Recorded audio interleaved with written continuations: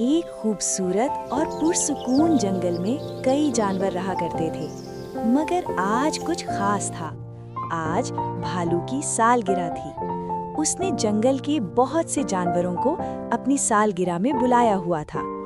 दूसरों के आने से पहले उसने अपने कुछ नन्हे साथियों की मदद से अपनी सालगिरह की तकरीब की तैयारी शुरू कर दी थी।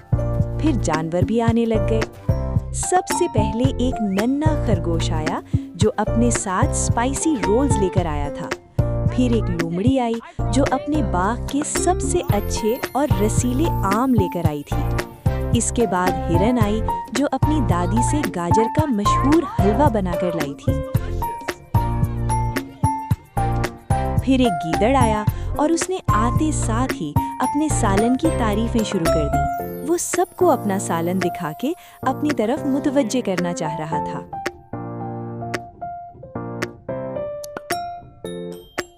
फिर एक बड़ा हाथी आया जिसे उसकी दाल की वजह से जाना जाता था।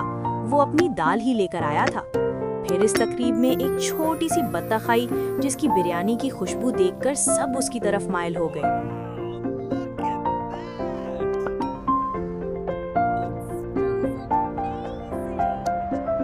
फिर एक बड़ा लंबा जिराफ आया जो अपने साथ फलों की टोकरी लेकर आया था। उसके पास हर तरह के फल नजर आ रहे थे। फिर आखिरकार जंगल का बादशाह शेर आया जो अपने साथ एक बड़ा और खूबसूरत केक लेकर आया था। इसके बाद सालगिरह की तकरीब शुरू होती है। सब जानवर खुशी से नाचने लगते हैं। फिर शेर खुद भी खड़ा होकर नाचने लगता है और सब जानवर खुशी से झूमने लगते हैं। फिर खाने का वक्त हो जाता है और सब जानवर खुशी खुशी खाना खाने लगते हैं। खाने में बहुत मुख्तलिफ चीजें थीं और सब जानवर खुशी से खाना खा रहे थे। सबको खास तौर पर बतख की बिरयानी बहुत पसंद आई। यहाँ तक कि शेर ने भी खास तौर पे बतख की तारीफ की, पर इस बात की वजह से कोई खुश नहीं था। गीदड़। शेर को तो बतख की बिरयानी इतनी पसंद आई कि वो बाद में भी जब सालगिरह की तकरीब खत्म हो गई उसकी तारीफ कर रहा था। गीदड़ इस बात पर बहुत नाखुश था। फिर गीदड़ ने घर जाकर एक मंसूबा बनाया कि वो बतख को मार डालेगा।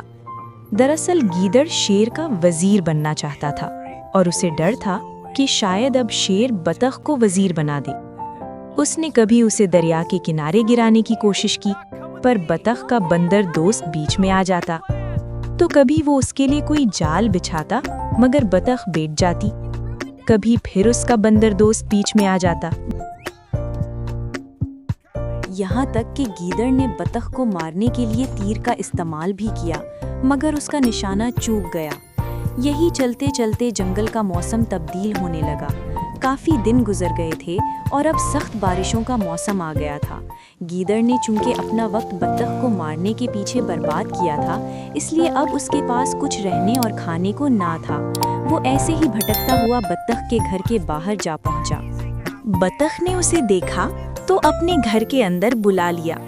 उसकी हालत बहुत नासाज थी। बतख ने उसे गर्म कंबल दिया, खाने को कुछ दिया।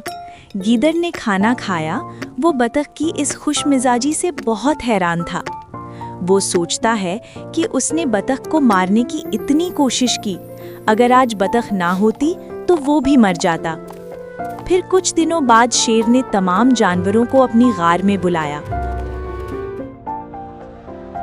और सबके सामने बतख को वजीर का खिताब दे दिया।